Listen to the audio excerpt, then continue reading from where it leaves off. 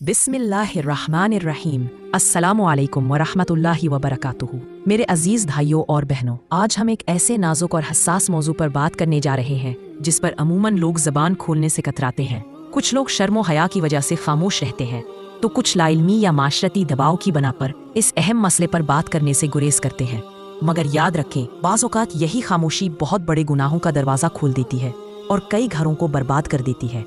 हम बिस्तरी यानी शौहर और बीवी के दरमियान का ताल्लुक सिर्फ एक जिस्मानी ख्वाहिश की तस्कीन का नाम नहीं।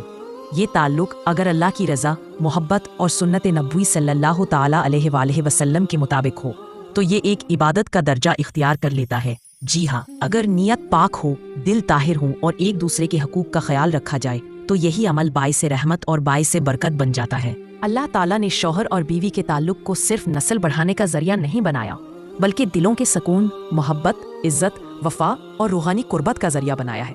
हदीस मुबारका है कि जब शौहर बीवी को मोहब्बत से देखे तो उसे सवाब मिलता है। जब वो बीवी का हाथ थामे तो उन दोनों के गुनाह झड़ते हैं। लेकिन अफसोस, जब इसी ताल्लुक को सिर्फ हवस की नज़र से देखा जाए, जब इसमें मोहब्बत, नरमी और शरई हदूद का लिहाज न रखा जाए, तो यही अमल बाइसे गुनाह, लानत और बाज़ औक़ात ज़ना के दर्जे तक पहुँच जाता है। कुछ गलतियाँ ऐसी होती हैं जो हम लाइल्मी, जहालत या बेपरवाही की बना पर कर जाते हैं, लेकिन अल्लाह के नज़दीक वो बहुत बड़े गुनाह होते हैं।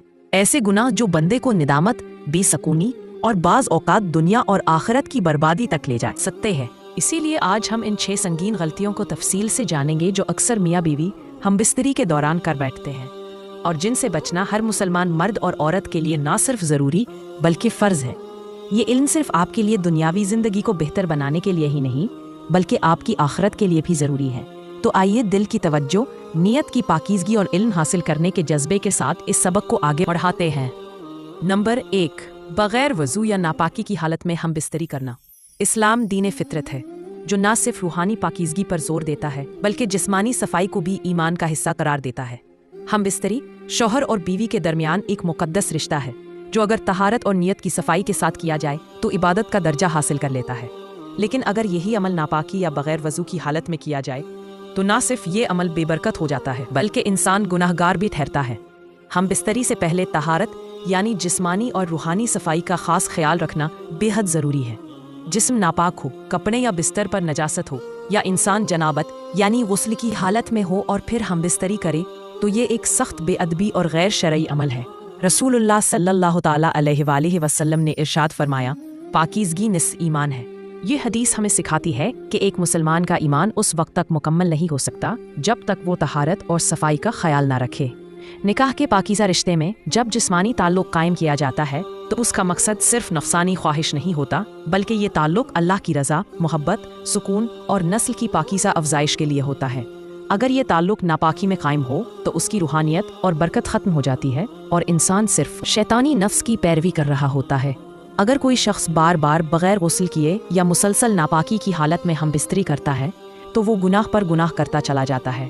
ऐसा शख्स अल्लाह की रहमत से दूर और शैतान के करीब हो जाता है, क्योंकि शैतान हमेशा चाहता है कि इंसान पाकीज़गी से दूर रहे, अल्लाह की नाफरमानी करे और गुनाहों में मुब्तला हो। लिहाजा हर मुसलमान मियाँ बीवी को चाहिए कि वो हम बिस्तरी से पहले वुज़ू या कम अज़ कम जिस्मानी तहारत का ख़ास ख्याल रखें। अगर मुकम्मल गुस्ल मुमकिन ना हो तो वुज़ू कर लेना भी सुन्नत है ताकि इंसान पाक हालत में इस ताल्लुक़ को कायम करे। याद रखें, पाकीज़गी सिर्फ जिस्म की नहीं बल्कि दिल, नियत और माहौल की भी होनी चाहिए। यही तहारत अल्लाह की मोहब्बत, सुकून और बरकत को दावत देती है। नंबर 2, हैज़ यानी माहवारी के दौरान हम बिस्तरी करना। इस्लाम एक ऐसा मुकम्मल और मेहरबान दीन है जो इंसानी फितरत, सेहत और इज़्ज़त नफ्स का ख्याल रखता है।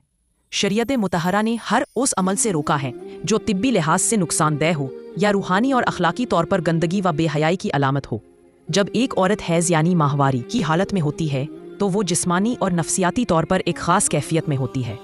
ये हालत न सिर्फ औरत के लिए जिस्मानी कमज़ोरी का बाइस बनती है बल्कि तिब्बी लिहाज से भी हसास होती है।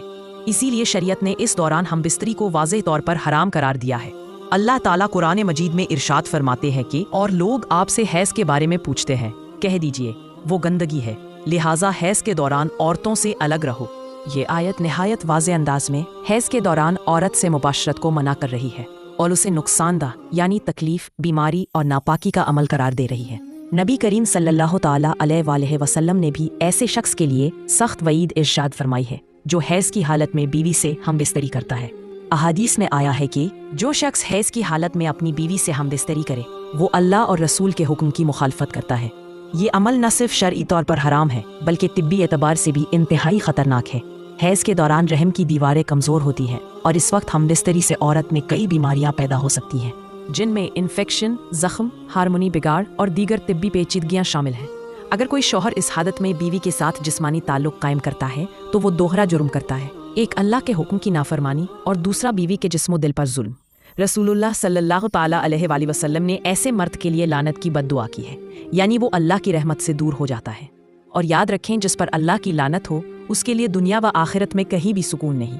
लिहाजा हर मुसलमान शौहर को चाहिए कि वो हैज़ की हालत में बीवी की तकलीफ को समझे, उसका ख्याल रखे, उसके साथ नरमी, मोहब्बत और अखलाक से पेश आए, ना कि अपनी ख्वाहिश की खातिर उसे मज़ीद तकलीफ में डाले या रब के हुक्म की नाफरमानी करे।